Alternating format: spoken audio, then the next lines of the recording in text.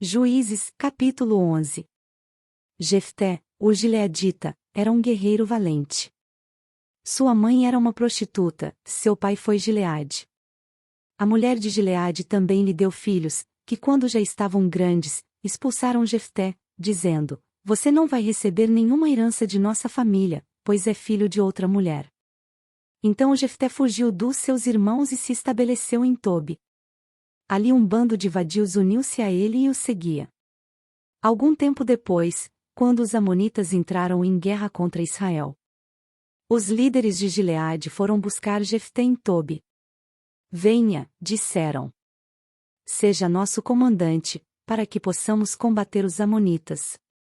Disse-lhes Jefté: Vocês não me odiavam e não me expulsaram da casa de meu pai? Por que me procuram agora, quando estão em dificuldades? Apesar disso, agora estamos apelando para você, responderam os líderes de Gileade. Venha combater conosco os amonitas, e você será o chefe de todos os que vivem em Gileade.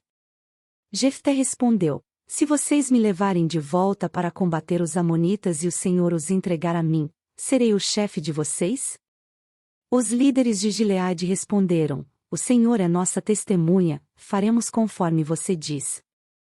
Assim Jefté foi com os líderes de Gileade, e o povo fez chefe e comandante sobre todos. E ele repetiu perante o Senhor, em Mispá, todas as palavras que tinha dito. Jefté enviou mensageiros ao rei amonita com a seguinte pergunta: Que é que tens contra nós, para ter atacado a nossa terra? O rei dos amonitas respondeu aos mensageiros de Jefté: Quando Israel veio do Egito tomou as minhas terras, desde o Arnon até o Jaboque e até o Jordão. Agora, devolvam-me essas terras pacificamente. Jefté mandou de novo mensageiros ao rei amonita, dizendo: Assim diz Jefté: Israel não tomou a terra de Moabe, e tampouco a terra dos amonitas. Quando veio do Egito, Israel foi pelo deserto até o Mar Vermelho e daí para Cádiz. Então Israel enviou mensageiros ao rei de Edom, dizendo: Deixa-nos atravessar a tua terra, mas o rei de Edom não quis ouvir. Enviou o mesmo pedido ao rei de Moabe, e ele também não consentiu. Assim Israel permaneceu em Cádiz. Em seguida os israelitas viajaram pelo deserto e contornaram Edom e Moabe, passaram a leste de Moabe e acamparam do outro lado do Arnon. Não entraram no território de Moabe, pois o Arnon era sua fronteira. Depois Israel enviou mensageiros a Seom, rei dos amorreus, em Esbom, e lhe pediu: Deixa-nos atravessar a tua terra para irmos ao lugar que nos pertence. Seom, porém, não acreditou que Israel fosse apenas atravessar o seu território, assim convocou todos os seus homens, acampou em Jaza e lutou contra Israel. Então o Senhor, o Deus de Israel, entregou Seom e todos os seus homens nas mãos de Israel, e este os derrotou. Israel tomou posse de todas as terras dos amorreus que viviam naquela região, conquistando-a por inteiro, desde o Arnon até o Jaboque, e desde o deserto até o Jordão. Agora que o Senhor, o Deus de Israel, expulsou os amorreus da presença do seu povo Israel, queres tu tomá-la? Acaso não tomas posse daquilo que o teu Deus Camus te dá? Da mesma forma tomaremos posse do que o Senhor nosso Deus nos deu. És tu melhor do que Balaque, filho de Zippor, rei de Moabe? Entrou ele alguma vez em conflito com Israel ou lutou com ele? Durante 300 anos Israel ocupou Esbom, Aroer, os povoados ao redor e todas as cidades às margens do Arnon. Por que não os reconquistaste todo esse tempo? Nada fiz contra ti, mas tu estás cometendo um erro, lutando contra mim. Que o Senhor, o juiz, julgue hoje a disputa entre os israelitas e os amonitas. Entretanto, o rei de Amon não deu atenção à mensagem de Jefté. Então o Espírito do Senhor se apossou de Jefté. Este atravessou Gileade e Manassés, passou por Mispá de Gileade, e daí avançou contra os amonitas. E Jefté fez este voto ao Senhor: Se entregares os amonitas nas minhas mãos, aquele que vier saindo da porta da minha casa ao meu encontro, quando eu retornar da vitória sobre os amonitas, será do Senhor, e eu o oferecerei em holocausto. Então Jefté foi combater os amonitas, e o Senhor os entregou nas suas mãos. Ele conquistou 20 cidades, desde Aroer até as vizinhanças de Minite, chegando a Abel-Queramim. Assim os amonitas foram subjugados pelos israelitas. Quando Jefté chegou à sua casa em Mispá, sua filha saiu ao seu encontro, dançando ao som de tamborins. E ela era filha única.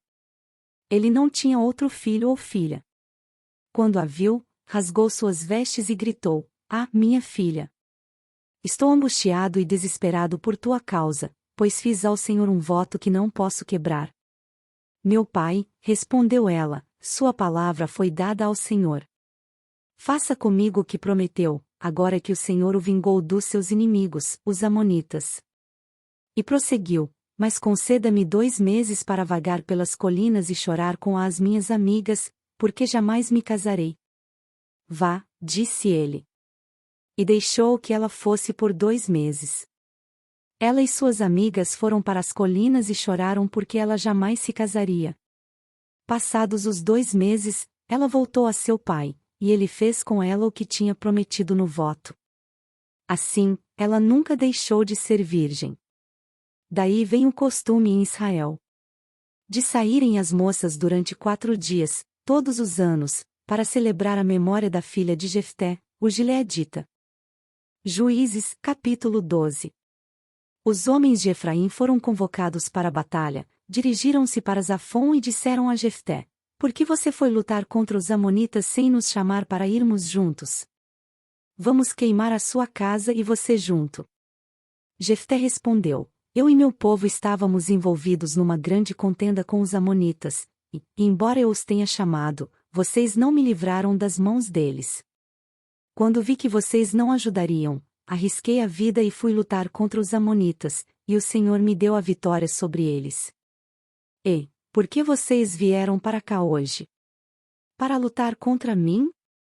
Jefté reuniu então todos os homens de Gileade e lutou contra Efraim. Os gileaditas feriram os efraimitas porque estes tinham dito: "Vocês, gileaditas, são desertores de Efraim e de Manassés." Os gileaditas tomaram as passagens do Jordão que conduziam a Efraim.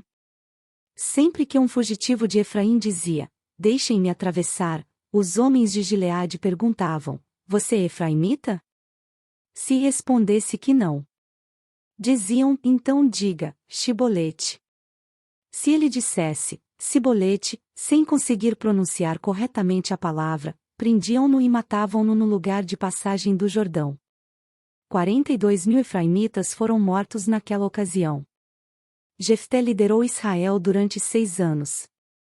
Então o gileadita Jefté morreu, e foi sepultado numa cidade de Gileade.